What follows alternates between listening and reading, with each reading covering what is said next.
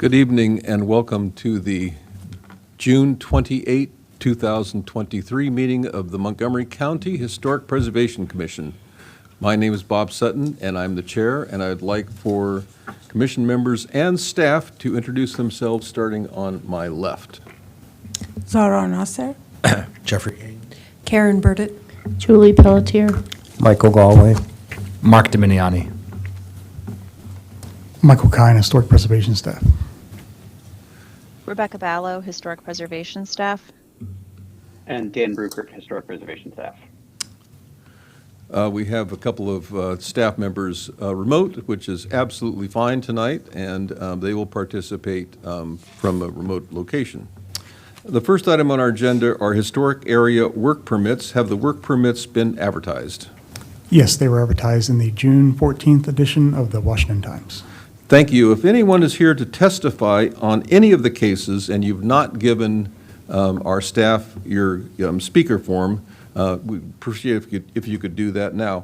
We will begin by looking at projects that we believe can be expedited, starting with project number 1B at 45 West Lenox Street, Chevy Chase.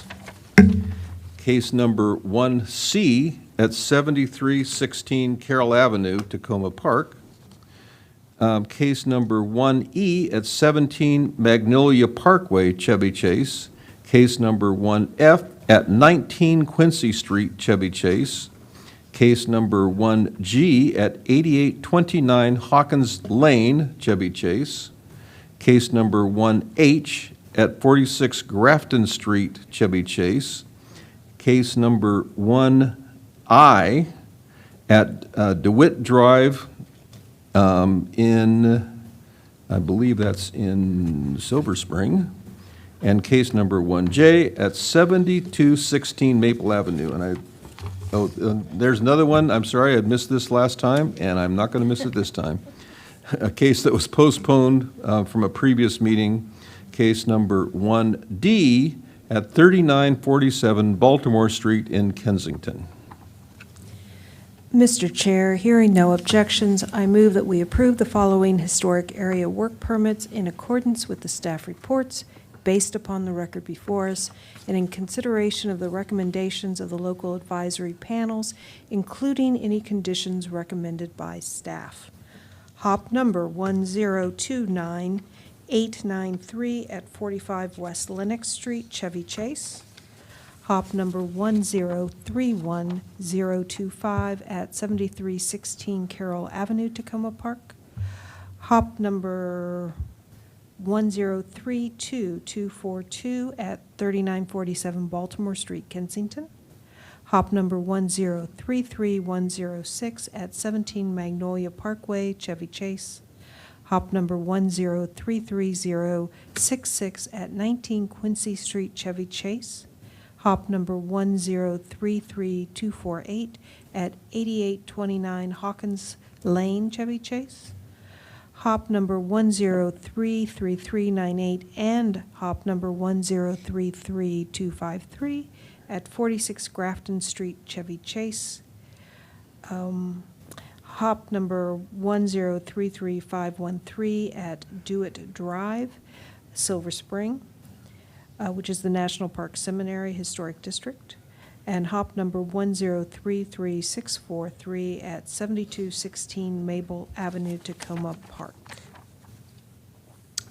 Is there a second? This is Commissioner Haynes, I'll second. All in favor signify by saying aye. Mr. Chair, Mr. Chair, Yes. before you vote, I wanted to point out one thing. Case 1C on Carroll Avenue, that actually has one hop pending.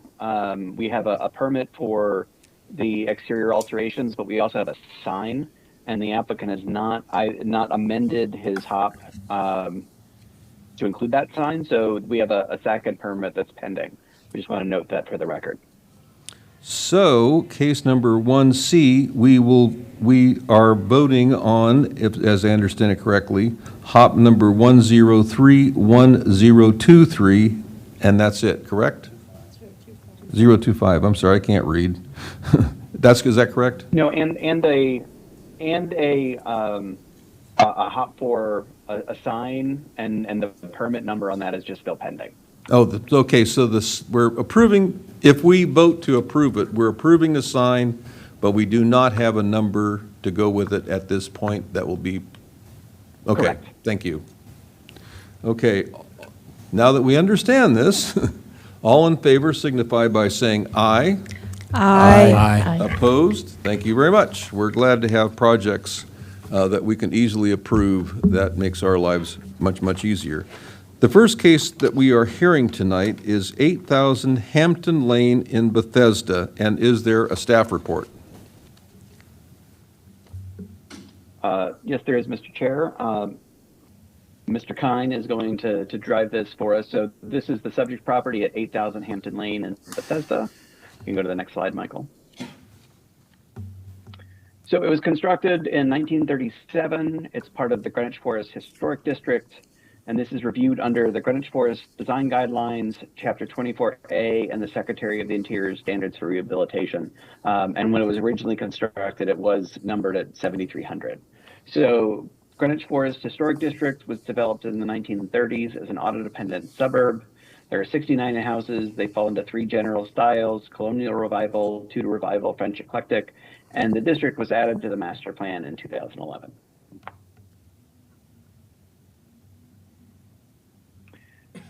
So going back a few months, in January, the HPC held a preliminary consultation to construct a detached garage at the subject property. The HPC found that the architectural vocabulary and materials were appropriate for the site and surrounding district. However, the HPC generally concurred with staff's finding that the proposed garage was too massive and too close to the house to be compatible with the character of the site and surrounding district. Some of the HPC recommended that eliminating the cross gable and installing a shed dormer on the rear roof slope would benefit the design. And another commissioner recommended constructing a basement or partially sinking a portion of the building, which would enable a lower overall height for the building. Next slide, please.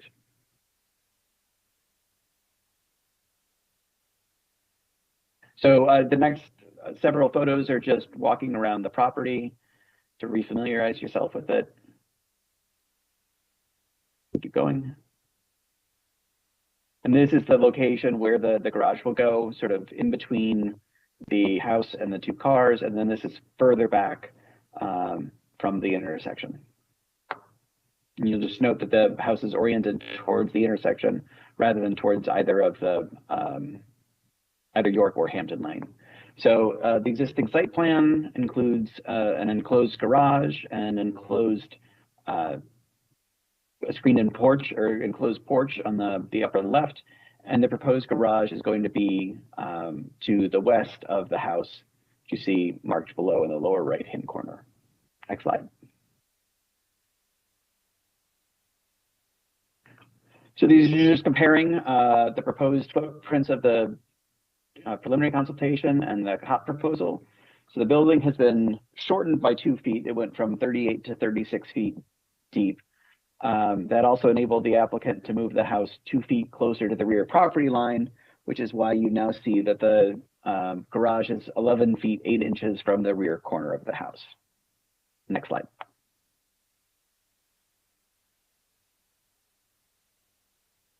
So again, following along with one of the commissioner's recommendations, a large shed dormer was placed on the rear slope of the garage, which will limit its visibility from Hampton Lane certainly, and from most of York Lane as well. Next slide. And then a couple of the renderings of the proposal. Again, just to note that Hampton Lane, Greenwich Forest Historic District is the one district that identifies plantings as being an acceptable method of screening buildings and accessories. So that's something that should factor into the HPC's decision. Next slide, please. And again.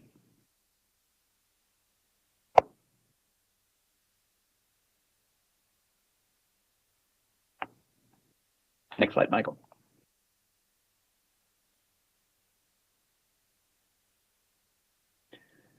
So staff finds the design guidelines are generally silent on detached garages except for lot coverage, but they have a mathematical formula, which maximizes at either 5 or 7% of the total lot.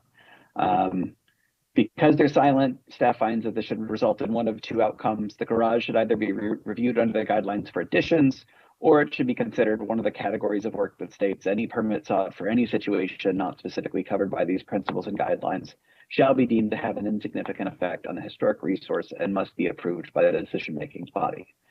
Staff finds that the guidelines waive all review of detached garages, but applies moderate scrutiny to attached garages. Is not an intended consequence by the drafters, regardless. Chapter 24A applies to all HOP applications. So staff finds that the garage replacement is incompatible with the settlement pattern of the district, as it will visually crowd the historic house and is too close to the street. It's only set back 15 feet from the street. The historic district was established as to preserve a neighborhood well known for its extraordinary landscape, finely designed and sited houses, and overall beauty. And while staff finds the proposed structure is smaller than the guideline maximum, and it's smaller than the proposal submitted for the preliminary consultation, staff finds the large amount of structure visible from Hampton and York intersection detracts from the character of the district. Because the proposed garage visually crowds the house and is too close to the street, staff finds the proposed placement contravenes Chapter 24A8, B1 and 2, and Standard 9. Next slide, please. So staff finds the footprint of the proposed garage is too large to be compatible with the character of the house and surrounding district, even though it's within the 7% lot coverage maximum, which is in guideline D5 of the design guidelines. So what you see in front of you are several garages that have been reviewed and approved by the HPC. I neglected to include 7817 Hampton Lane in the staff report. That was actually the first garage that was reviewed in the Greenwich Forest Historic District. But what you can see is that the approved garages range from under 300 square feet to just over 600 square feet. And the proposed garage is more than 850 square feet. The second indication is that the distance from the street ranges from a 50-foot setback at 7817 Hampton Lane, which again is a side projecting addition, to 125 feet setback from 7828 Hampton Lane, whereas the subject garage is only 15-foot setback from the right-of-way. So staff finds that the garage will be highly visible from the right-of-way, and its footprint is approximately 30% of the existing house. Next slide, please. So staff is concerned that the large garage massing creates an appearance that's too large to be compatible with the character of the district. At the 15-foot setback along York Lane, the garage presents a 19-foot, 8-inch tall wall. And staff finds the garage is located too close to the house so that it visually crowds the historic construction. The proposal places the house at 11 feet 8 inches from the rear corner of the house. And staff finds that the revised roof shape has placed more of the mass away from the house and in a less visible location from the right-of-way, but still finds that the mass overwhelms the historic house character in violation of standards 2 and 9. Next slide, please. So staff finds that the changes from the preliminary consultation are in keeping with the HPC's feedback, but finds that the changes do not go far enough to satisfy the requisite guidance. Staff finds the proposed garage is out of size, scale, and mass with the subject property and the character of the surrounding district, and recommends that the HPC deny the HOP as prescribed in 24A8A for violating 24A8B1 and 2 and standards 2 and 9. And I'm happy to answer any questions the commissioners have. Any questions for staff? Commissioner Burdett. You mentioned that the garage is 30% of the existing house square footage, footprint is 30%. Does that 30% include the former attached garage that was enclosed to make living space? So that's an approximation, but it is an approximation of the existing footprint. So that includes the captured, on the northeast corner of the house, there's an enclosed porch that was captured space. So it's that is by footprint of the building. including as it's built today. Additionally, refresh my memory about the January hearing when we were, the preliminary. What was the reason the house was not, or I'm sorry, the garage was not pushed further back into the backyard so it would not be as visible from the front of the house? From That was the applicant's proposal. Okay, thank you. Any other questions for staff?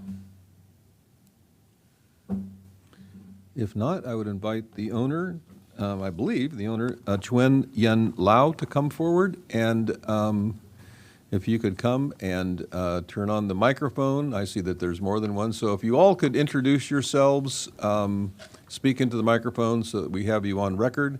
And you will have a cumulative time of 7 minutes to do your presentation. Thank you very much. Thank you very much. Isn't it on? It should be on, yes? Okay, thank you, Chair Sutton. My name is Chun Yan Lau. I'm one of the co-owners of the home.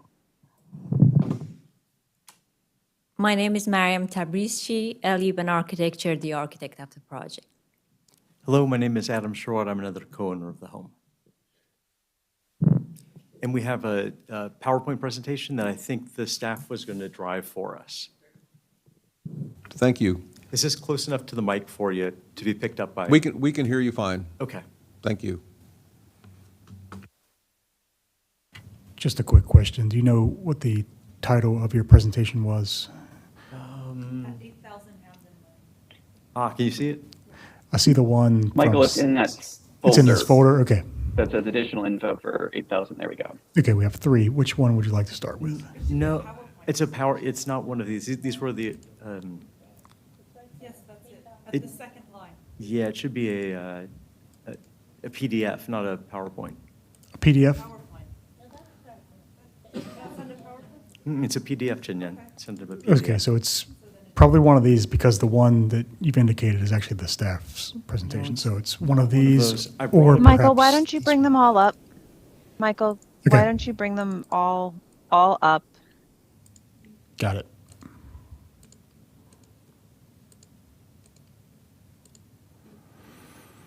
Yeah, that was just part of the package of our original submission, but there's a separate, it's a PowerPoint presentation that was changed to PDF and sent in. But I have it on memory stick if you need me to just give the memory stick to you. We have it. We'll get it up. I'm so sorry. Just one moment. That's all right.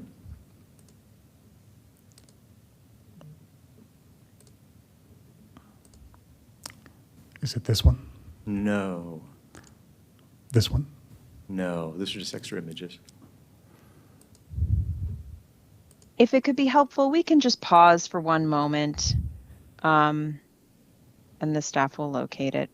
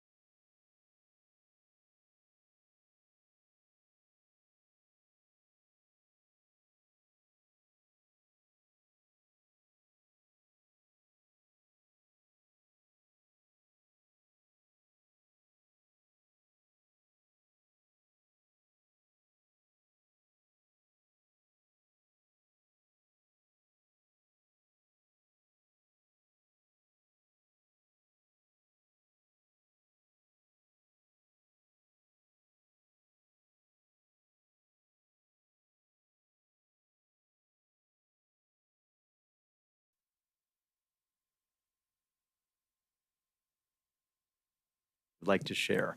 Next slide, please. How's that? Okay, I'll start over so you can hear. So I was just saying that we appreciate the staff's time and effort in reviewing our project, but we have a different perspective on our proposal that we would like to share. Next slide, please. Our proposal is for a single accessory structure consisting of a detached two-car garage with space for a workshop. The proposed design of the accessory structure addresses current Montgomery County building requirements and the principles delineated in Greenwich Forest Historic District's guidelines. Next slide, please. Based on our assessment of 63 contributing homes in Greenwich Forest, 26 have garages visible from the street. 5 garages, 2 one-car and 3 two-car garages were added after Greenwich Forest became historic. Based on our review of recent HAWPs, the design and scope of our proposal is consistent with others endorsed by the HPC for Greenwich Forest. We understand that the HPC is not bound by precedent. However, we thought it would be helpful to present several examples of recent projects that have been granted HAWPs to provide additional context in considering the acceptability of our proposal. Next slide, please. These are 2 examples of garage-related projects in Greenwich Forest that were granted HAWPs. On the left is an example of a 2-story detached garage with living space, which is visible from the public right-of-way. The top photo is a street view, and the bottom is a view of the structure from the backyard. On the right is an example of an attached 2-story garage with living space also visible from the public right-of-way.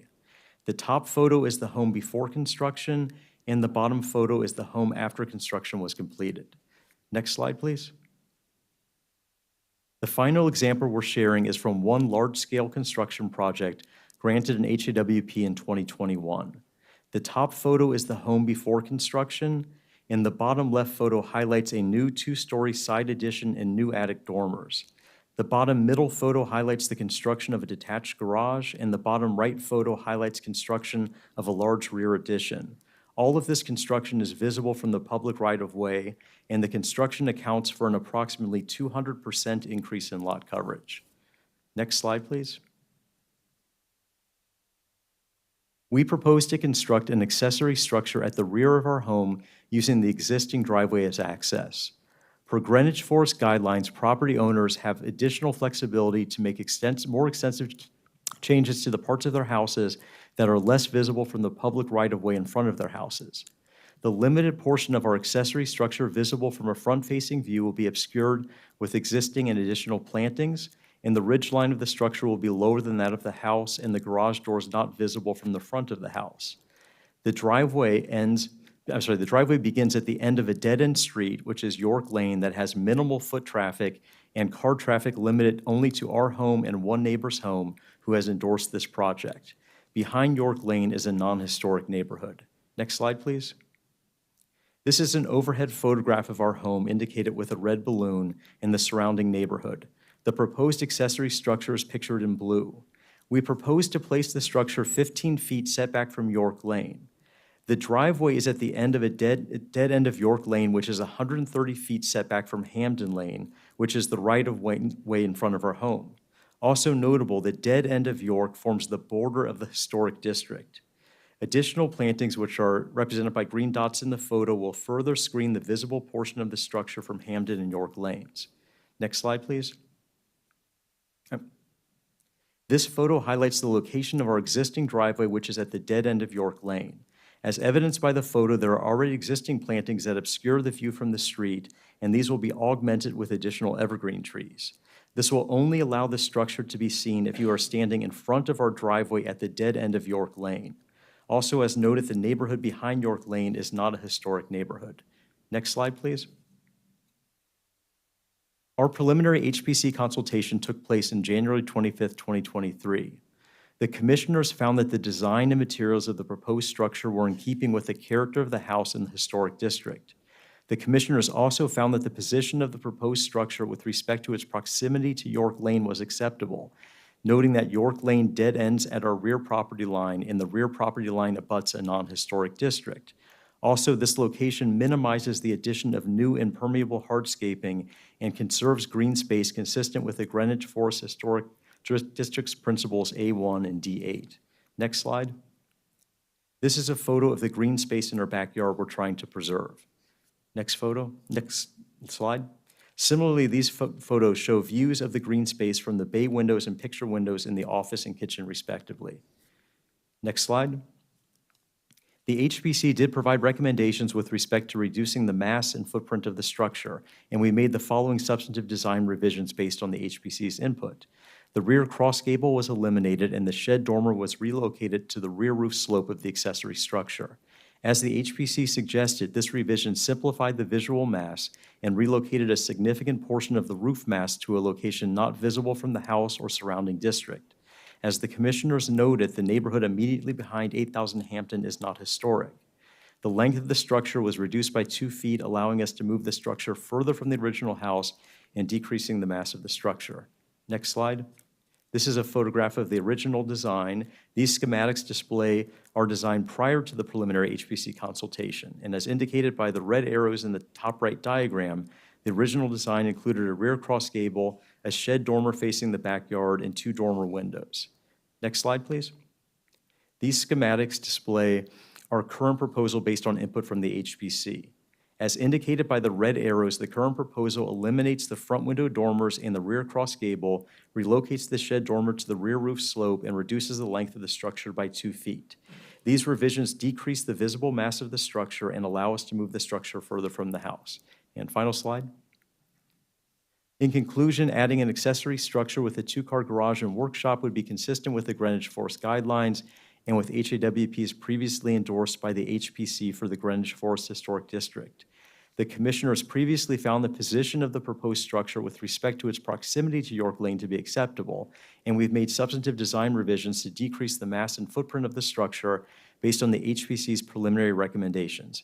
And we propose to augment our existing plantings to further obscure the limited portion of the accessory structure visible from a front-facing view. Next slide. Thank you for your time, and we're happy to answer any questions that you have. Amazing. 7 minutes right on the dot. Thank you so much. Any questions for the owners?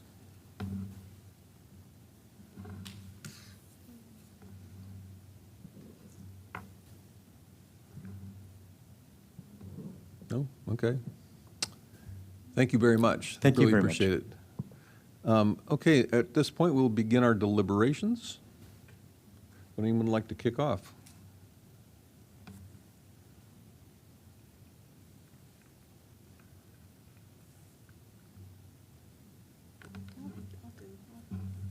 Commissioner Burdett.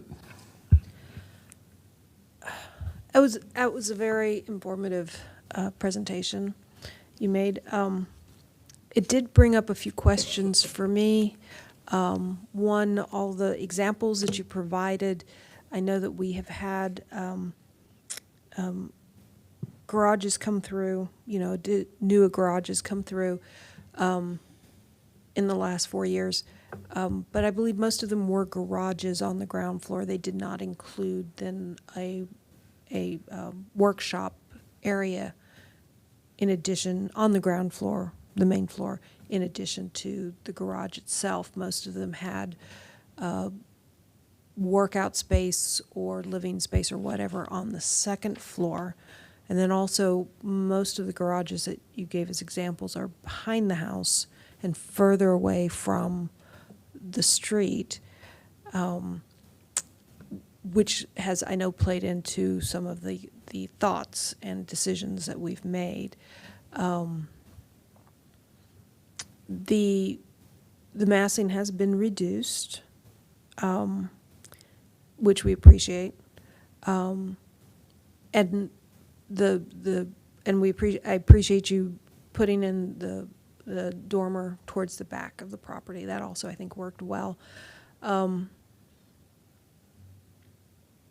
I guess my take on this is your house is not one of the larger houses in Greenwich Village. And you have a tremendously large front yard that you can't do much with simply because of the placement of the house.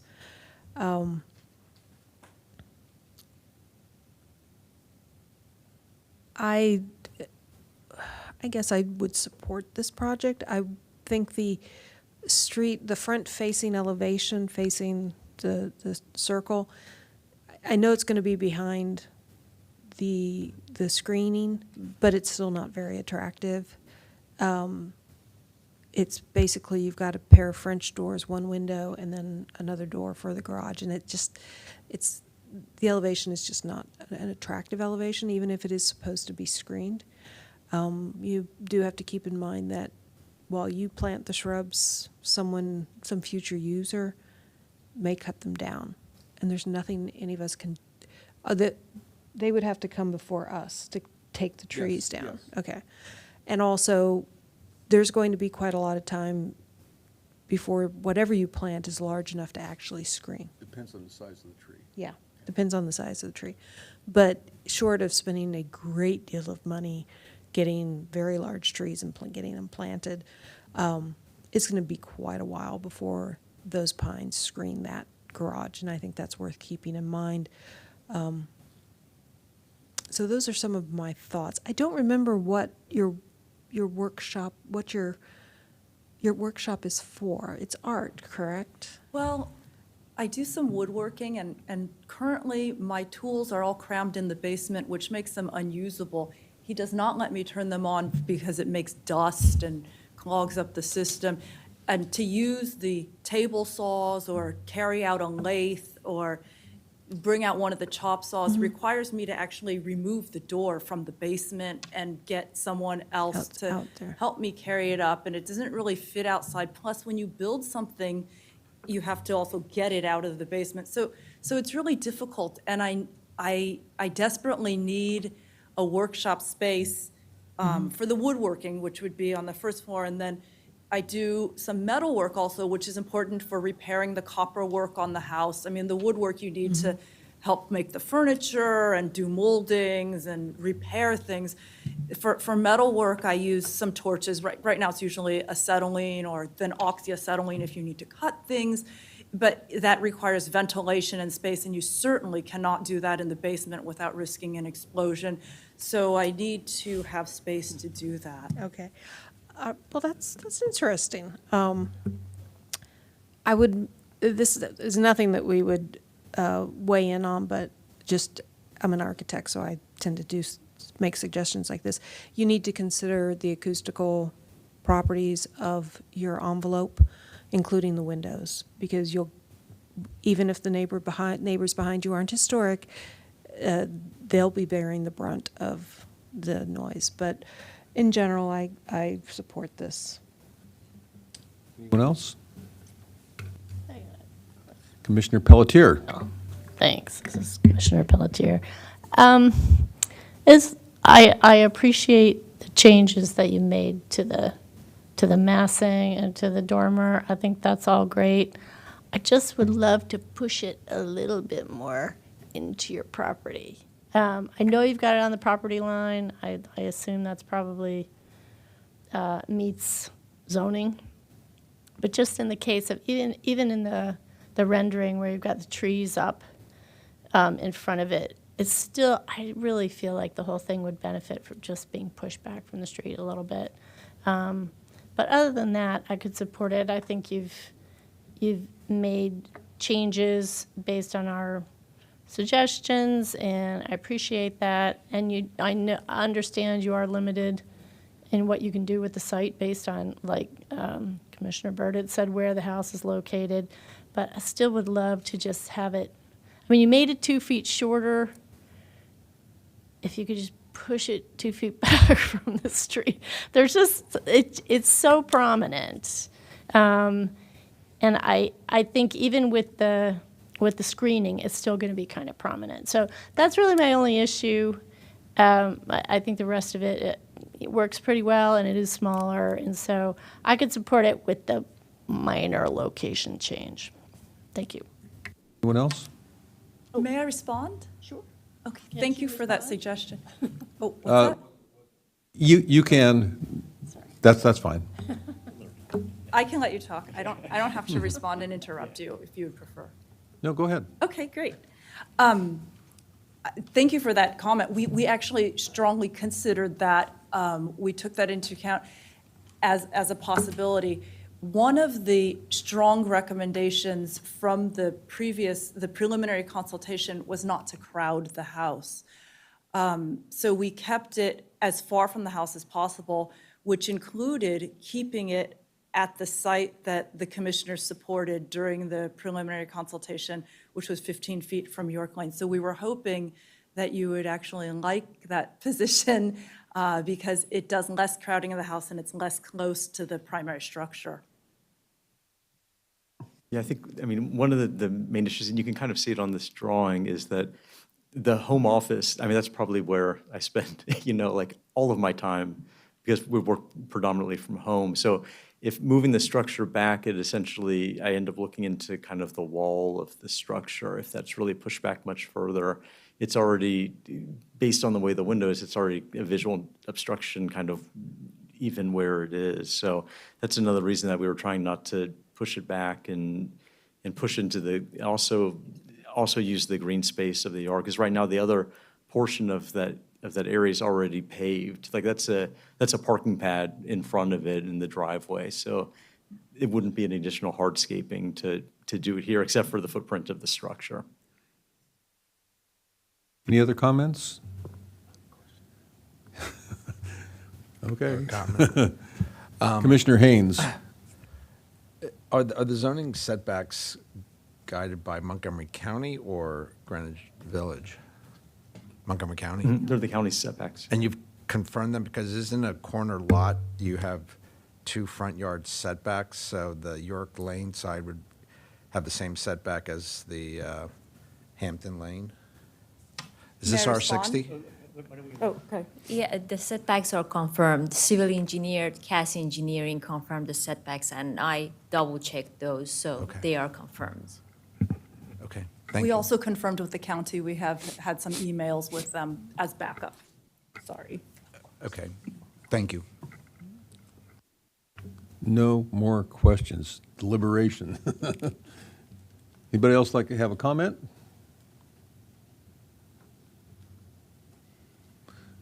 Okay. Do I have a motion?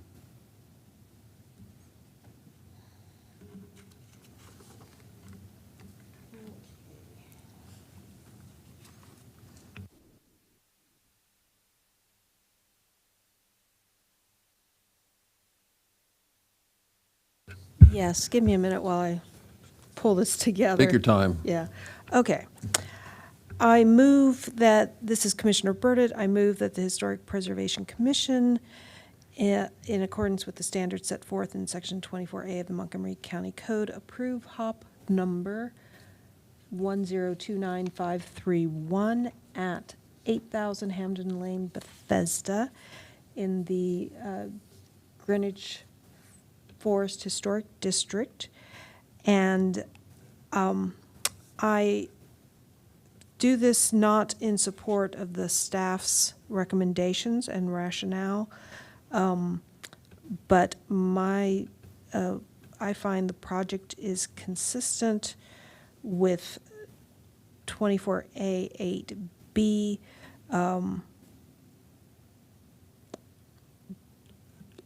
The number 5, the owner will not be deprived of reasonable, okay.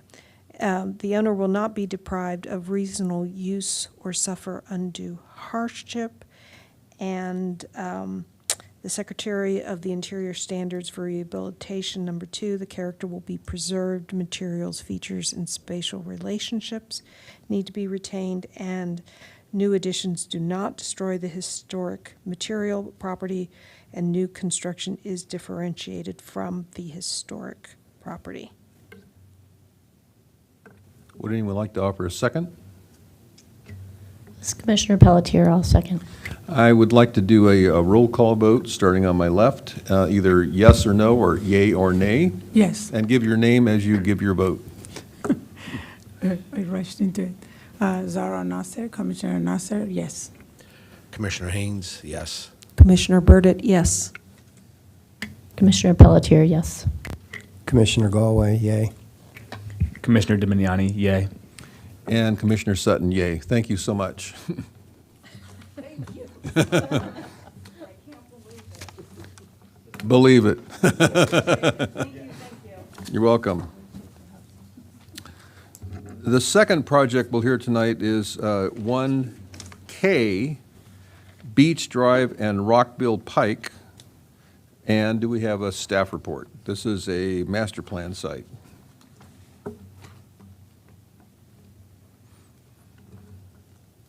We do, Mr. Chair, we'll let Mr. Kine get set up for this. There we go. So this is the historic area work permit at the Linden Oak Master Plan site, which is at the intersection of Beach.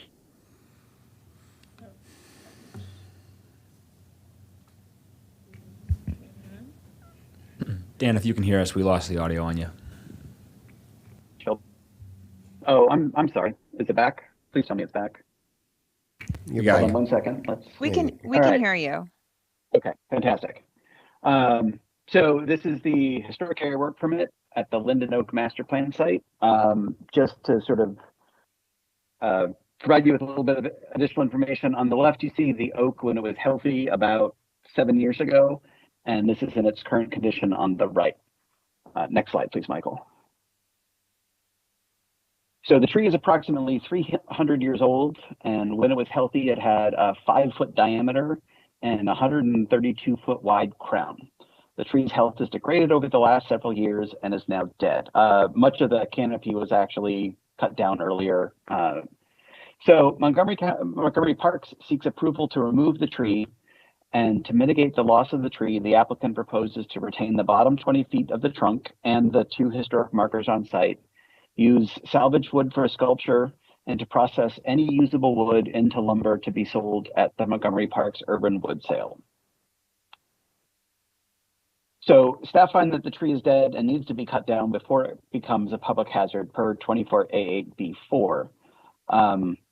Because the oak is the reason for designating the site, staff recommends the HPC include a condition for the approval that delegates staff approval authority for all hops at the Linden Oak Master Plan site until the County Council considers an amendment to the Master Plan of Historic Preservation to remove the resource.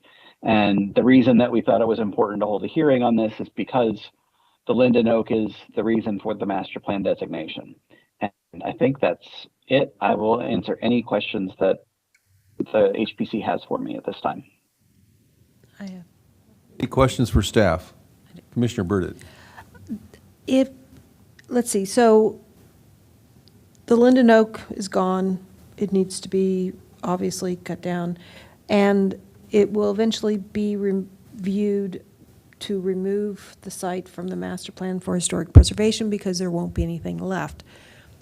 But once, I understand that it is park property, but is there any risk that that property could be developed commercially because the historic tree is no longer there, so therefore the need to protect that corner of the park is no longer necessary? I think that's a question better aimed at the applicant, but because of its proximity to the intersection, to the current zoning, to the fact that it is parkland, parks would have to either develop it themselves or sell it to somebody else to make that happen. And I think that's speculation that we don't have an answer for. Thank you. Commissioner Pelletier. Thanks. Why are they saving 20 feet of the tree? Again, I think that's better directed at the applicant, but I think that's to retain as much of the tree and to try and mitigate the loss of the tree to the greatest extent possible. It's a massive tree, so they're able to do this for a while. Eventually, it will rot, but again, the steps that when we heard this was coming in, we were thinking about all of the mitigating steps that we could consider for parks to undertake, and basically they ticked off all of the boxes in their application. So I think that it was just they were sort of hoping to preserve as much as they can for as long as they can, even though, the crown is gone and the rest of the tree will be removed as part of this. But the historic designation is going to be, well, in the process, it will be removed eventually, right? We don't know. Well, I mean, That is not a question we can answer at this point, right? Oh. Isn't that correct? It will still be designated unless county council de-designates it. yes, it will remain designated until such time as the county council deems it so. And again, that the delisting process is the same as the listing process, so that would begin with the Historic Preservation Commission. So it would be a delisting would come to you before it came to anybody else. And for however long that takes, the staff recommended condition is that we have the authority to approve hops there. So Montgomery Parks doesn't have to slow down their work. And there is, again, Montgomery Parks is going to retain the historic markers in their location. So, our concern or our recommendation in that is just to ease the burden on both the HPC and staff for hops that will, can be approved as a matter of course because they're not affecting the historic thing that was the reason for the master plan listing. Okay, thanks. Any other questions for staff? If not, I would invite the Representative Coulter Burks to come forward.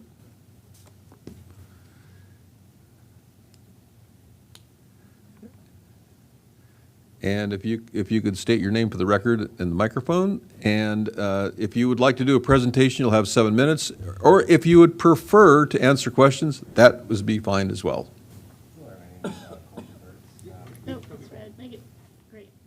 There, is that on? Perfect. So my name is Coulter Burks, Senior Urban Forester with Montgomery Parks. So I don't have a formal presentation. I would prefer just go right to questions. I feel like the presentation that Doug gave was pretty adequate to see the condition of the tree. So I would be happy to talk about the project more that we plan to do with the tree. The linden oak is obviously a tree that's been very important for the community, Montgomery County, and the Parks Department. And we've been taking care of the tree for a very long time. Before I was here, we've cared for the tree. We've done a lot of things to it, mulch it, to keep the soil healthy around it. We put cables in it to try to support the decayed structure of the branches and crown. We put lightning protection in it. We've done pruning on it. So it's a tree that we've cared for a long time. It's been important to us. So, the fact that it's died so rapidly, we thought that we could have left it there, but we thought since by reusing the wood, it's a great way to kind of memorialize the tree and also kind of become sort of a part of a living history where we can turn it into a sculpture that people can enjoy in the public, and also at our urban wood sale, public can come and buy some of the wood and then turn it into art or carpentry in their own home. And we plan to advertise the wood as a historic tree, that coming from a historic tree. So it's a great way for people to say, hey, I have a piece of history right here, and it's a way for it to live on in like an oral tradition. So the community, Parkwood community, actually came to us about that. Well, it came to the county council about it, who contacted us, and they wanted to try to reuse the wood in a way. And we thought that was a really good idea, and so that's what we plan to do if it's approved for removal. Any questions for staff, or not for staff, for Mr. Burks? Commissioner Pelletier. Thanks. So I'm curious about why you're leaving 20 foot of the tree, and what are you going to do with it? Is it going to be sculpted? Is it going to or is it just going to be sitting there, this chopped off tree? Yeah. So that was we went through a long process to try to figure out what to best do with the tree, because it does have a lot of decay in the tree, and there's a lot of rotten wood in there. And we thought about carving the trunk, but we had an artist who we were going to contract with, and he was like, you don't know where you're going to get when you try to carve it. And so we thought a better idea was to use kind of the upper canopy where we think there's some solid wood, and leave the trunk, because the trunk is really impressive. It's a very large tree, so it's kind of cool to leave there so that the markers are there as well. And people can come to see it, because even though it's not there anymore, just seeing like the size of it is really impressive. And we thought it was really cool to leave it there, so it's sort of a memorial for the tree, and it also, it becomes habitat for wildlife, and eventually it will rot down. But it's just really impressive, and we were like, there's no reason to cut it down to the ground. It'll be safe when we leave it for a while there, and so that was the main reason, to have something that was still on site, that people could still come and see. Because we mow around it currently. We're not mowing now as much because it's a hazard for the folks to be under mowing, but we do mow underneath it, and we plan to do some mulching around there, so it would still be a site of interest. Okay, thanks. Any other questions? Commissioner Haynes? How far is 20 feet? Is it up where the main limbs start to? Yeah, so it actually may be more than 20 feet. That was kind of an approximation, but kind of right where you can see where the two large limbs join the main trunk. It's approximately there. That lead on the left that goes off this way is actually not there anymore. It fell off. So it's approximately down there. So it may be like 20, 25. I'm not sure. We'll have to figure out also when we're cutting it where it makes sense to remove it. Because when we're removing it, some stuff may fall too. So it'll be sort of a judgment call when we're on site. Okay. I mean, I appreciate the sculptural nature of the tree and the idea of keeping a portion of it in its memory, I think is a nice idea. So, yeah, I generally would support it. Yeah. And we were going to do a carving and leave it on site, but there's not a lot of people that go there now, so I don't think a lot of people would enjoy it, so we decided to move it off-site. So, but yeah, I think it's still a really interesting tree, even when the canopy's gone. It'll be a neat place to go. So. Other question for Mr. Burks? Commissioner Galway. Commissioner Galway, did you give any thought to possibly maybe planting a tree in its place to memorialize it? Yeah, sure. We definitely have talked about maybe planting another tree at that site. There is, the road and the sidewalks that are there, but I think there's opportunity to plant some more there as well. There's currently a large white oak that's behind it. You can probably see it there on the picture where it's dead. You can see the large oak that's back there, which if we planted, we could plant more toward the open area. But definitely replanting in there would be a good idea for sure, yeah.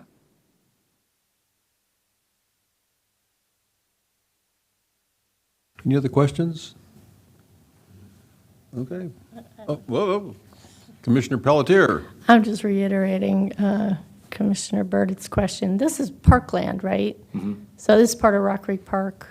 So it's not like they're going to put an office building up on this little piece of land. 'Cause isn't it? It's just kind of a... Yeah, it's kind of a small thing. And the county, or the right-of-way comes partially into it, but not quite to the tree.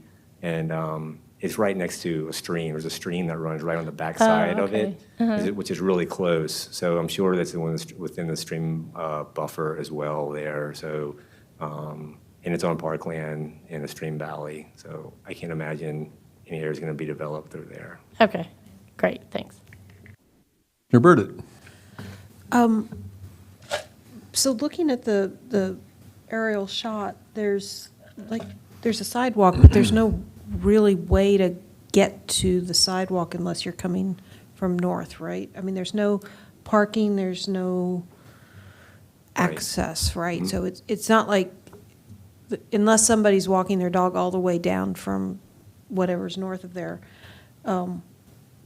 there's no way for anybody to really get to the site to have, like, even a memorial plaque would require a hike to see it, right?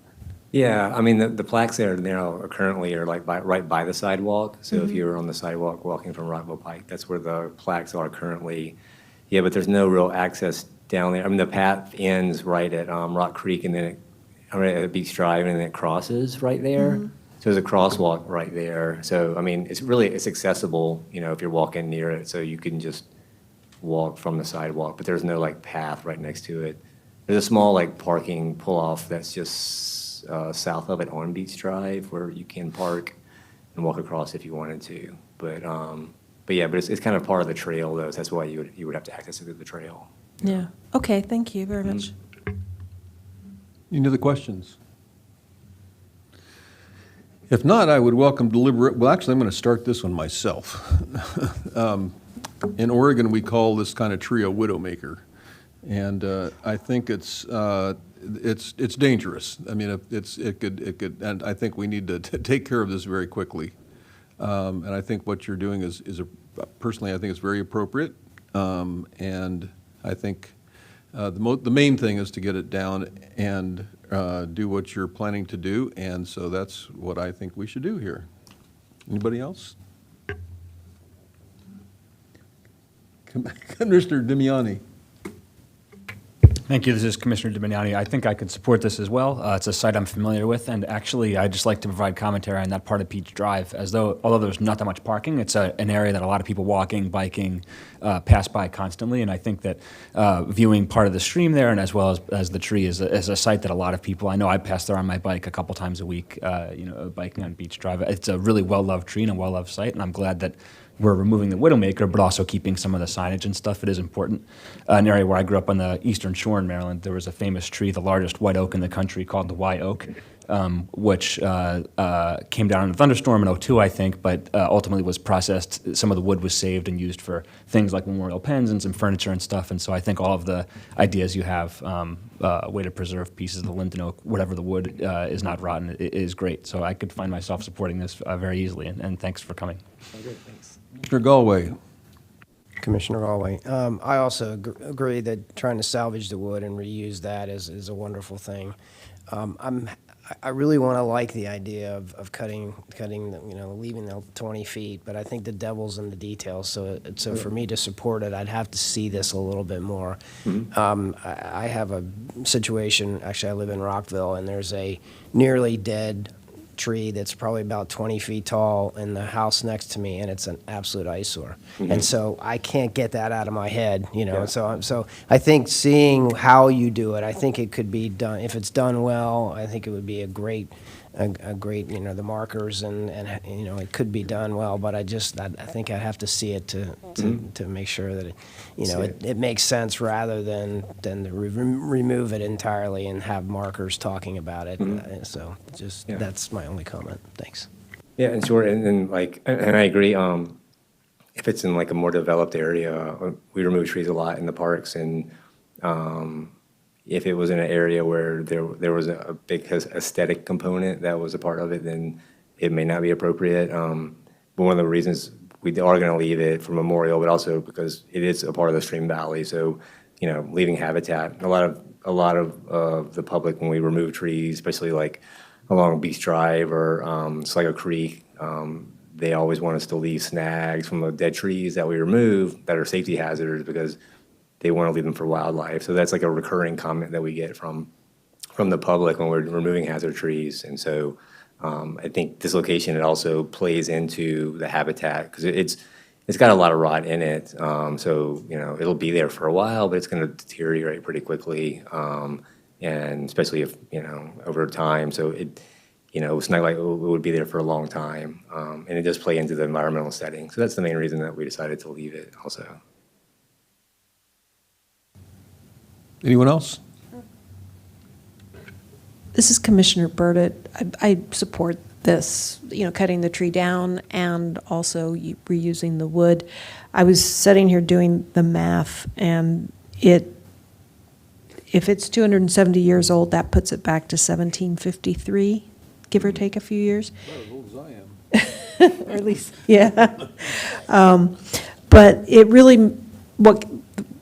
made me think of all the different people or groups that have been around that tree. They wouldn't have acknowledged it as anything other than just another tree in its time, in their time. But when you think back that far, possibly a Native American group, and certainly early settlers, and certainly enslaved people, and then like, as it says in the report, the 1920s estate era and the arrival of cars, and then later the metro, and just all those different groups that were there that the tree witnessed, I guess I should say, not the people saw, but the tree witnessed. And it would be interesting to find some way to represent those people in a sculptural form, since tonight both of our hops have been related in somewhat to sculpture or artwork. But yes, I support this. So I think, I appreciate that input because we're still working out what kind of design, because we don't know what the wood's going to look like exactly. So that input is good because we're figuring out what design would look like. So I appreciate that input to we can use as we're trying to figure out what the carving should be. I'm not sure you should be limited, use the wood in the best way that it can be used, but I'm not sure you should be limited to wood if you did a representational sculptural thing like that, simply because people move past that site in vehicles and on bikes and walking, and it's to stop and read may not be the most lasting impression that someone would have, and that would be very few as opposed to the type of movement that, as having been through that intersection many, many times, and you're just kind of focusing on the traffic and the lights and everything else, where something more representational as a passing image might be more appropriate, and that probably wouldn't be wood, it would be some other material, but that's just what I thought. But yes, I support this. Thank you. Anyone else? I would welcome a motion.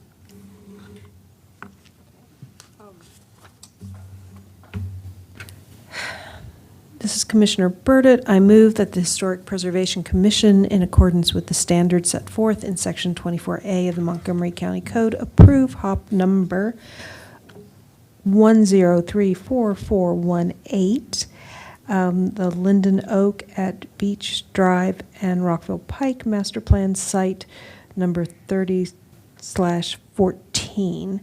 And I hereby adopt the rationale in the staff report, which... I have it on the screen in front of you. Oh, Yeah, here thank go. you. Yeah, Okay. the staff report. The rationale, the tree is dead and needs to be cut down before it becomes a public hazard, which is 24A 8B4. And the recommendation that includes a condition to the hop that delegates staff approval authority for all hops at the Linden Oak Master Plan site until the County Council considers an amendment to the Master Plan of Historic Preservation to remove the resource. A second. This is Commissioner Dominiani. I'll second. Thank you. All in favor, say aye. Aye. Aye. Opposed? Thank you very much. Project is approved. Next item on the agenda are historic preservation tax credits, Group 5. Yes, thank you. We have Group 5 of the calendar year 2022 tax credits. Group 5 includes 8 applications consisting of approximately $130,405.32 in eligible expenditures. And we're asking that you approve these. Thank you. Do I have a motion for approval?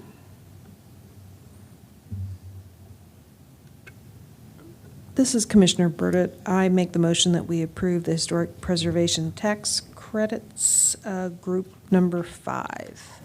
Second? Commissioner Haynes, I'll Galway. second. Oh, we got competing seconds here.